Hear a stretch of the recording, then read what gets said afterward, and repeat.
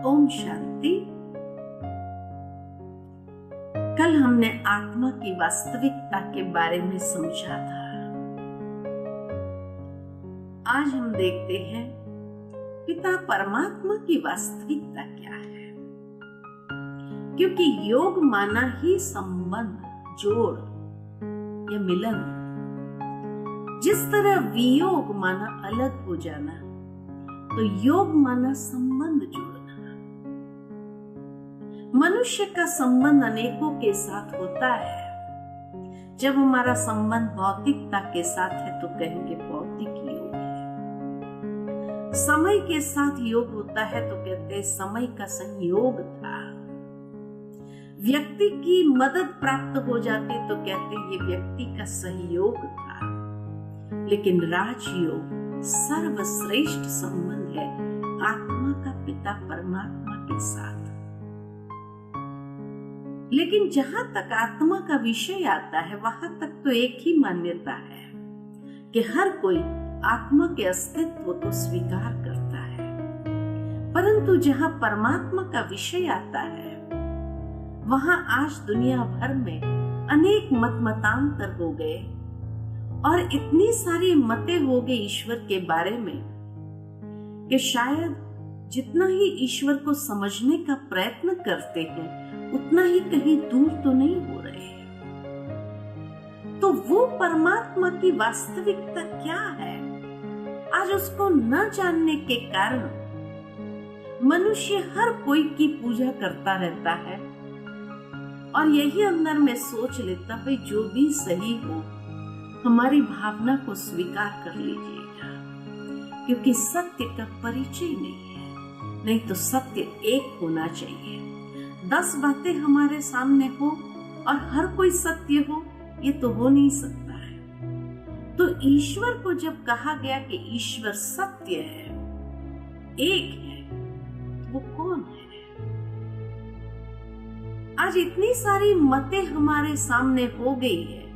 कोई कहता है प्रकृति परमेश्वर है, कोई कहता है आत्मा ही परमात्मा है, कोई कहता है ब्रह्म ईश्वर है, कोई कहता है कण कण में व्यापक है, कोई कहता है निराकार है, कोई कहता है साकार है और कोई कहता है ही नहीं।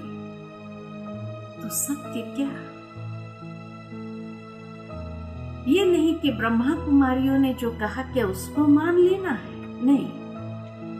आज हमें आपको मत नहीं देंगे ईश्वर के बारे में, लेकिन आज हम आपको एक कसौटी देंगे जिस पर आप अपनी मान्यता को कस कर देखो सत्य है, नहीं तो सत्य को प्राप्त करने का प्रयत्न करना। और ये कसौटी है 5 बातें कि ईश्वर उसको कहा जाता है। पहली बात, जो सर्वधर्म मान्य, जिसको सभी धर्म वाले ईश्वर के रूप में स्वीकार करे उसको कहेंगे सत्य। दूसरा, परमेश्वर उसको कहेंगे जो सर्वोच्च शक्ति, जिसके ऊपर कोई नहीं होना चाहिए। तीसरा, परमेश्वर उसको कहेंगे जो सर्वोपरि हो, अनेक चक्रों से जो ऊपर है। चौथा, परमेश्वर उसको कहेंगे जो पर होते हुए भी सर्वज्ञ है, ज्ञाता है। और 5वां, परमेश्वर उसको कहेंगे जो सर्व गुणों में अनंत हो। अब ये 5 बातें किसके साथ लगती है?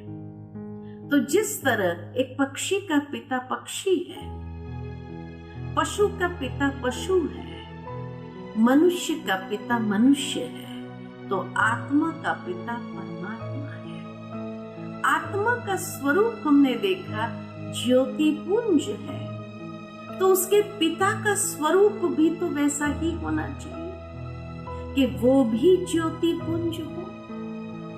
जिसकी मान्यता हिंदू धर्म में ज्योतिर्लिंगम के रूप में की गई है। ज्योतिर्लिंगम यानी जो ज्योति का स्वरूप है।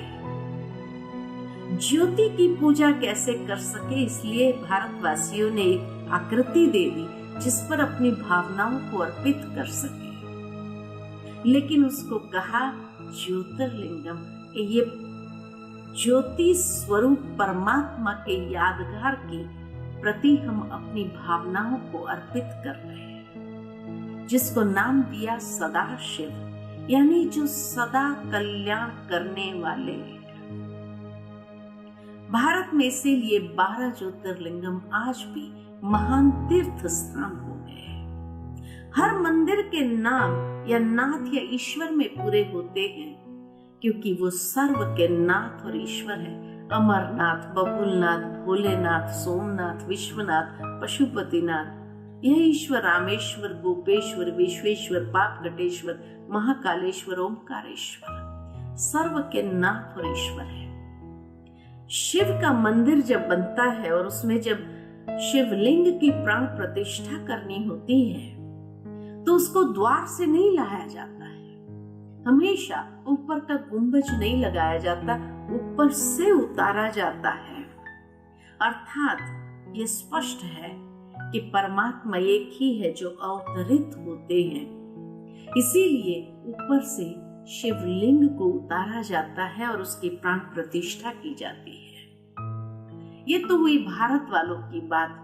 भारत से बाहर जाते हैं तो इस्लाम धर्म में भी कहा जाता है नूरे इलाही, यानी अल्लाह नूर है। अल्लाह नूर है, अर्थात नूर यानी प्रकाश, ज्योति, तेज। जिसको हमने ज्योतिर्लिंगम कहा, उन्होंने नूर कहा, बात तो एक ही हो गई। तो क्रिश्चियन धर्म में कहा गॉड इज लाइट, हमने ज्योति कहा, मुसलमानों ने नूर कहा, तो क्रिश्चियनों ने लाइट कहा, बात तो एक ही हो गई।